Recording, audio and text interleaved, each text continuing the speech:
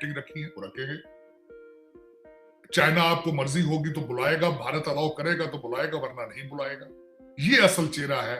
ये जो मैं वो डैमेजेस हैं जो मैं आपको हमेशा कहता था कि इस वक्त जो घिराव झलाव और जो पाकिस्तान की इंस्टेबिलिटी है उसके ऐसे डैमेजेस होंगे जो इररिपेयरेबल होंगे। जय हिंद दोस्तों, मैं महेंद्र शर्मा स्वागत करता हूं वन वर्ल्ड हिंदी में आपका। उम्मीद करता हूं आप खुश और स्वस्थ है। दोस्तों ये दिखाते हैं पाक मीडिया की कुछ लेटेस्ट डिबेट जिसमें पाकिस्तानी होने पे शर्म आने लगी है इन पाकिस्तानियों को, क्योंकि कहीं ना कहीं आज चाइना में जो ब्रिक्स सम्मेलन होना था उसमें पाकिस्तान को न्योता ने भेज के चीन ने पाकिस्तान की एक इंटरनेशनल बेइज्जती कर दी है। जबकि इतना बड़ा मुद्दा हो गया, कोई भी पाकिस्तानी चैनल इसको दिखा नहीं रहा है कि आज कमर चीमा और साजिद तरार ने बहुत जबरदस्त तरीके से विश्लेषण करते हुए बताया कि कैसे आज पाकिस्तान की बेइज्जती होगी और अगर भारत अलाउ करता है तो ही चाइना ब्रिक्स सम्मेलन में पाकिस्तान को बुलाएगा। दूसरी तरफ अगर देखा जाए तो मोदी जी जर्मनी पहुंचे हुए G7 में, अगर G7 में भारत है भी नहीं तो भी उनको न्योता आ गया, क्योंकि भारत एक पूरे विश्व के लिए बहुत महत्वपूर्ण देश बन चुका है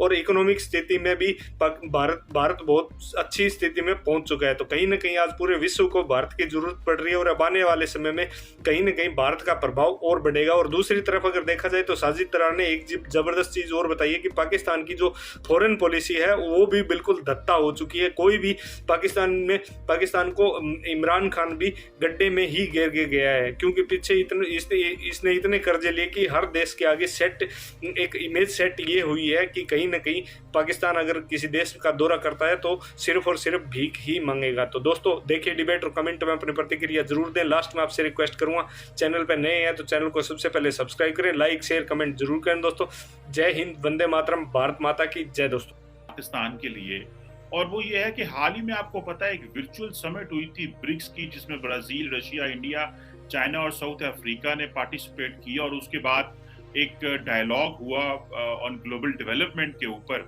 जिसमें कुछ 17 ममालिक के हेड्स ऑफ स्टेट और गवर्नमेंट को बुलाया गया। लेकिन चीन ने पाकिस्तान को नहीं बुलाया क्योंकि उसकी जो सरबराही है वो चाइनीज प्रेसिडेंट शी जिनपिंग कर रहे थे। और आज पाकिस्तान के फॉरेन ऑफिस ने बाकायदा प्रेस कॉन्फ्रेंस में और इसमें ये कहा है कि बेसिकली जो ब्रिक्स ऑर्गेनाइजेशन है उसके एक मेंबर की वजह से पाकिस्तान की पार्टिसिपेशन ब्लॉक की गई है, यानी कि इंडिया की बात कर रहे थे पाकिस्तान के फॉरेन ऑफिस के स्पोक्स पर्सन। आप इस डिप्लोमेटिक सेटबैक को कैसे देखते हैं और ये आइंदा के लिए पाकिस्तान के लिए मजीद क्या चैलेंजेस इससे हो सकते हैं? चीमा साहब, इस चीज के बारे में मैं इसको 2-3 मुख्तलिफ पोर्शन के अंदर इसको डिवाइड करना चाहता हूँ। सबसे पहला तो पोर्शन ये है इसके, क्या चाइना भारत को एज ए कस्टमर लूज कर सकता है पाकिस्तान की दोस्ती को कंपेयर किया जाए? क्या पाकिस्तान की दोस्ती के खातिर चाइना अमेरिका के साथ रिलेशनशिप खराब कर सकता है? ये दो सवाल। अब इस दो सवालों का जवाब ये है कि पिछले 50 सालों में चाइना की तरक्की क्या है। चाइना की तरक्की ज्यादा से, जो मेरा एज एन अमेरिकन, मैं शायद हो सकता है इसमें एग्जैजुरेट कर रहा हूं, लेकिन काफी हद तक मैं इसमें मैं ठीक हूं कि चाइना ने अमेरिकन इंटेलेक्चुअल प्रॉपर्टी थेफ्ट के रिजल्ट में तरक्की की पिछले 50 सालों में।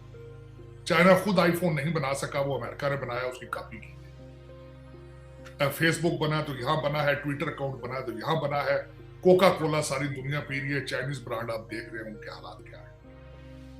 बल्कि चाइनीज प्रोडक्ट जो है वो ज्यादातर दुनिया में मशहूर है कि being not durable, copy duplication होती है उसमें।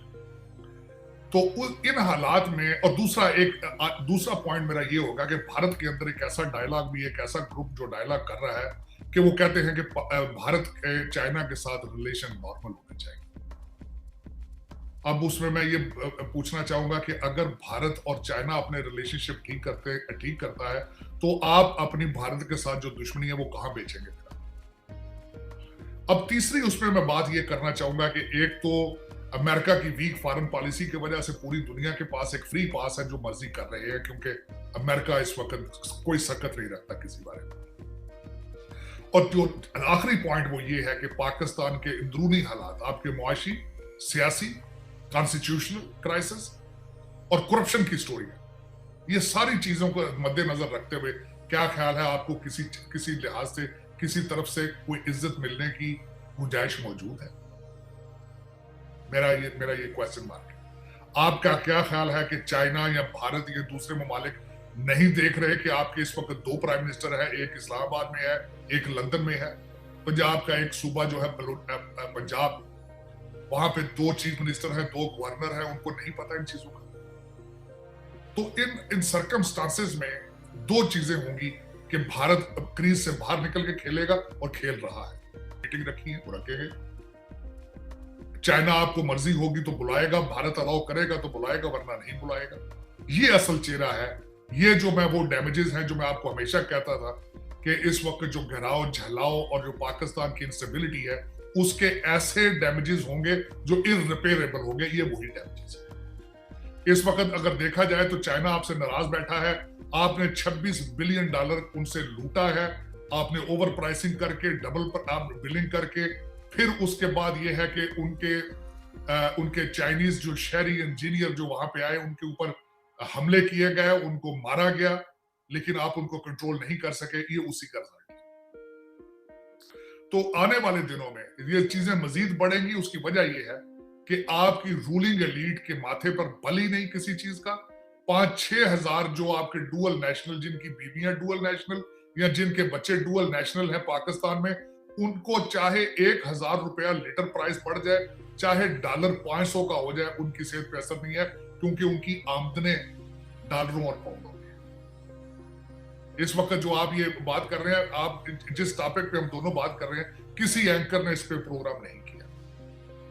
G20 जो कश्मीर में हो रही है, किसी एंकर ने कोई प्रोग्राम नहीं किया। क्यों करेंगे? क्योंकि कौम का इंटरेस्ट ही नहीं है। कौम करप्शन से निकलेगी तब इन चीजों में बात होगी। कौम नेशनलिस्ट होगी, फिर इन चीजों में बात होगी। कौम मुआशी तौर पर आजाद होगी, फिर इन चीजों में बात होगी। इस वक्त आपके नुमाइंदगान IMF के कदमों से उठते हैं तो चाइना के कदमों में गिरते हैं, वहां से उठते हैं तो सऊदी अरेबिया के कदमों में डेफिड पेट्रोल लेने के लिए कदमों में पड़ जाते हैं। खान साहब ने जो आपको हकीकी आजादी बता रहे हैं, जो खुद मुख्तारी का जो उन्होंने ट्रक की बत्ती के पीछे लगाया है, खान साहब पहले ये देखें कि आप मुआशी तौर पर इंडिपेंडेंट हैं। IMF के लिए आपने खुद लेजिस्लेशन की थी। आपने कहा था कि मैं IMF के सामने जाने से पहले खुदकुशी कर लूंगा। आपने ऐसे सख्त अल्फाज आपने अदा किए, लेकिन किसी के जू पर तूल आपने तंग आकर वही फाइनेंस मिनिस्टर पाकिस्तान में तैनात किए जो जरदारी साहब के दौर के थे, जो IMF के मुलाजमीन थे, जो IMF के पेरोल पर थे। लेकिन ये कि बस आप कौम को जिस तरीके से खूबसूरती के साथ बेवकूफ बना रहे हैं, कौम बेवकूफ बन रही है। अफसोस, फिर एक दफा कहूंगा कि पाकिस्तान के किसी पाकिस्तानी लीडर के पास, किसी सियासी पार्टी के पास, एस्टेब्लिशमेंट, अदलिया इंक्लूडिंग ऑल ऑफ देम, किसी के पास कोई रोड मैप नहीं है कि पाकिस्तान मुआशी तौर पर इंडिपेंडेंट किस तरह होगा। और जब तक पाकिस्तान मुआशी तौर पर इंडिपेंडेंट नहीं होगा, वो इसी तरह दुनिया में जलीलो ख्वार होता रहेगा। दरअसल ये जो आप सिनेरियो इस वक्त दे रहे हैं, और मजे की बात यह है कि इन मुश्किल सवालात के कुछ जवाब भी नहीं देता, ना कोई पार्लियामेंट में जवाब देता है, ना कोई मीडिया में जवाब देता है। इसके साथ साथ मैं आपको तार साहब लेके जाना चाहता हूँ, G7 की मीटिंग हो रही है बल्कि जर्मनी में, जहां पे Indian prime minister Narendra Modi है। तार साहब, मिडिल ईस्ट के साथ इंडिया ने I2U2 एक अलायंस नया जो है वो क्वाड की तर्ज का बना है। G7 में भी नरेंद्र मोदी बैठे हुए हैं, ब्रिक्स में भी, यानी चाइनीज ब्लॉक में भी इंडिया बैठा हुआ है और वेस्टर्न ब्लॉक में भी इंडिया बैठा हुआ है। तार साहब, पाकिस्तान की जो फॉरेन पॉलिसी चॉइसेस नहीं है, जो हमारे इंटरेस्ट हैं, वो खित्ते में आप समझते हैं कितने को मुतासर हो सकते हैं? या कश्मीर तो अब बातें करते हैं, हमारे लीडर तो कहते हैं हम जो वो लेंगे, बात होगी, लेकिन जो हमारा अफगानिस्तान हो, कश्मीर हो, या ओवरऑल जो नेशनल सिक्योरिटी इंटरेस्ट है हमारे खित्ते में, वो हमारे किस हद तक आप समझते हैं कंप्रोमाइज हो गए हैं? क्योंकि इंडिया, अगर चाइना इंडिया की भी सुनता है और वेस्ट भी इंडिया की सुनता है और मुस्लिम वर्ल्ड भी इंडिया की सुनती है, तो हम कहां पे खड़े हैं, या हमारी क्या फ्यूचर आउटलुक आपको नजर आ रही है?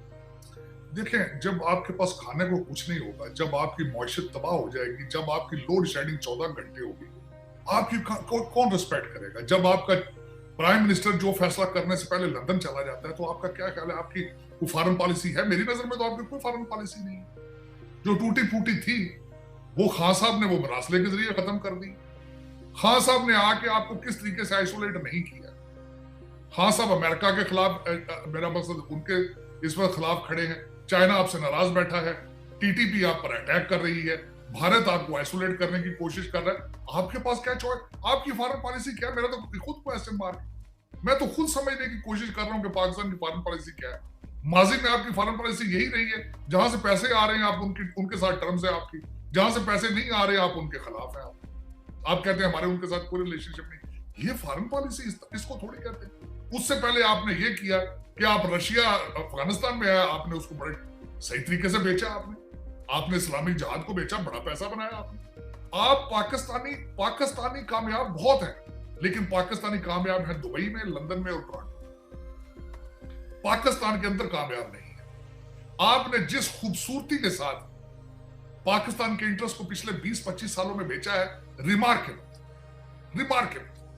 इतनी खूबसूरती के साथ आपने बेचा हर चीज को कि आपने अफगानिस्तान कैश कराया, आपने अपना नेशनल इंटरेस्ट बेचा, आपने हर चीज बेची। आप यहां तक है कि अब इस वक्त भी आप ये सोच रहे हैं कि आप बैंकरप्सी के सर पर पहुंचे हैं, लेकिन चाहते हैं कि दुनिया आपके एटॉमिक एसेट्स की वजह से फिर डॉलर की बारिश जारी होगी। ये आपकी फॉरेन पॉलिसी, आपकी फॉरेन पॉलिसी का हिस्सा था इस्लामिक जिहाद को बेचना, और आप बेचते रहे, बड़ी खूबसूरती से बेचा। ये Pakistani is very smart people, लेकिन नेगेटिवली, पॉजिटिवली नहीं। सिर्फ आप, अगर आप मुखलस नहीं हैं तो सिर्फ पाकिस्तान के साथ मुखलस नहीं है, वरना आप हर काम करने की सलाहियत रखते हैं।